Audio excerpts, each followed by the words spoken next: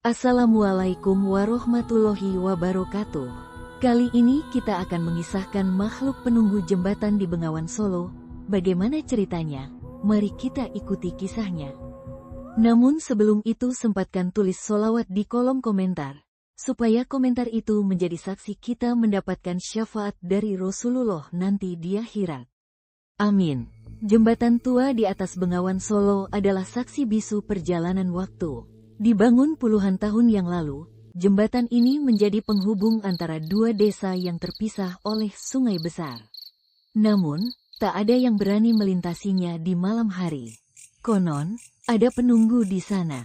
Penduduk desa menyebutnya si mata merah, makhluk yang kerap muncul di tengah jembatan, memandang siapa saja yang berani melintas dengan tatapan tajam, dan membawa mereka hilang entah kemana.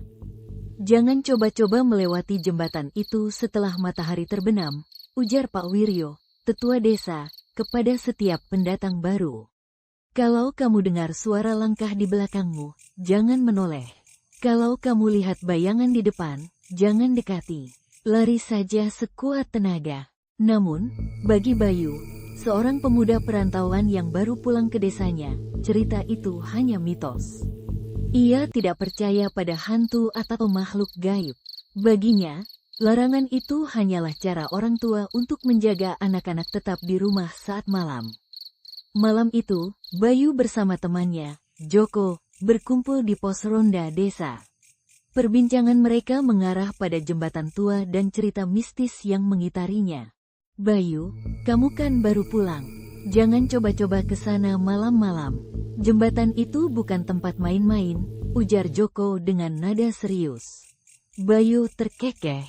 Kamu ini, Joko, kita sudah hidup di zaman modern, masih percaya hal-hal begituan? Kalau ada penunggu jembatan, kenapa nggak ada yang pernah membuktikan? Karena mereka yang melihat, nggak pernah kembali, sahut Joko dengan nada lebih pelan. Perdebatan itu membuat suasana pos ronda hening. Tapi Bayu tetap tidak percaya. Dengan nada menantang, ia berkata, besok malam, aku akan buktikan. Aku akan melewati jembatan itu sendirian. Kalau benar ada makhluk, aku akan ceritakan pada kalian. Kalau tidak ada, kalian semua harus berhenti percaya omong kosong ini. Joko mencoba mencegah, tapi tekad Bayu sudah bulat. Keesokan malamnya, Bayu bersiap-siap. Ia mengenakan jaket tebal dan membawa senter. Ia memutuskan pergi ke jembatan setelah tengah malam, saat desa sudah sepi dan tidak ada orang yang bisa menghentikannya. Saat tiba di dekat jembatan, suasana berubah. Angin malam terasa menusuk tulang, dan suara gemericik air dari Bengawan Solo terdengar lebih keras dari biasanya. Bayu berhenti sejenak, menatap jembatan yang membentang gelap di depannya. Tidak ada apa-apa, gumamnya untuk menenangkan diri. Dengan langkah percaya diri, ia mulai berjalan. Namun, baru beberapa meter, ia merasa sesuatu yang aneh. Udara di sekitar jembatan tiba-tiba menjadi berat, seolah menekan tubuhnya. Suara jangkrik yang tadi menemani langkahnya mendadak hilang, digantikan oleh keheningan yang mencekam. Ini pasti cuma sugesti, pikir Bayu, sambil terus berjalan. Tiba-tiba, di tengah jalan, ia mendengar suara langkah kaki. Tep, tep, tep. Bayu berhenti. Ia menoleh ke belakang, tapi tidak ada siapa-siapa. Ia mengarahkan senternya ke seluruh penjuru, namun jembatan itu tetap kosong. Siapa itu? Jangan main-main, serunya. Tidak ada jawaban, tapi suara langkah itu semakin dekat. Bayu merasa lehernya kaku. Ia berusaha melangkah lebih cepat, tetapi suara itu terus mengikutinya, kini disertai dengan suara napas berat. Ketika Bayu mendekati ujung jembatan, ia melihat sesuatu yang membuat darahnya membeku. Di tengah jembatan, berdiri sosok tinggi besar dengan mata merah menyala. Tubuhnya hitam pekat, dan tangan-tangannya yang panjang menjuntai hampir menyentuh tanah. Sosok itu tidak bergerak, hanya menatap Bayu dengan mata yang seakan menembus jiwanya. Bayu ingin lari, tapi kakinya terasa berat. Ia mencoba berteriak, tetapi suaranya tercekat di tenggorokan. Dengan gemetar, Ia mundur perlahan, berharap sosok itu menghilang. Namun, semakin ia mundur, sosok itu justru mendekat, langkah-langkahnya perlahan tapi pasti. "Kamu tidak seharusnya ada di sini." Suara itu terdengar berat dan menggema, seperti berasal dari dalam jembatan itu sendiri. Bayu akhirnya bisa bergerak. Ia berbalik dan berlari sekuat tenaga, tidak peduli suara langkah berat yang kini terdengar lebih cepat di belakangnya. Setelah berhasil keluar dari jembatan, Bayu tidak berhenti berlari hingga tiba di pos ronda. Napasnya tersengal-sengal, dan wajahnya pucat. Joko yang sedang berjaga langsung mendekat. "Bayu, apa yang terjadi?"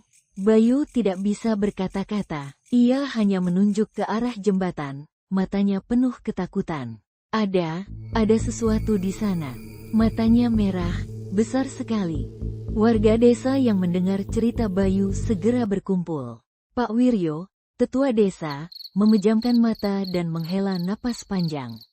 "Aku sudah bilang, jangan pernah melintasi jembatan itu di malam hari." Penunggunya tidak suka diganggu.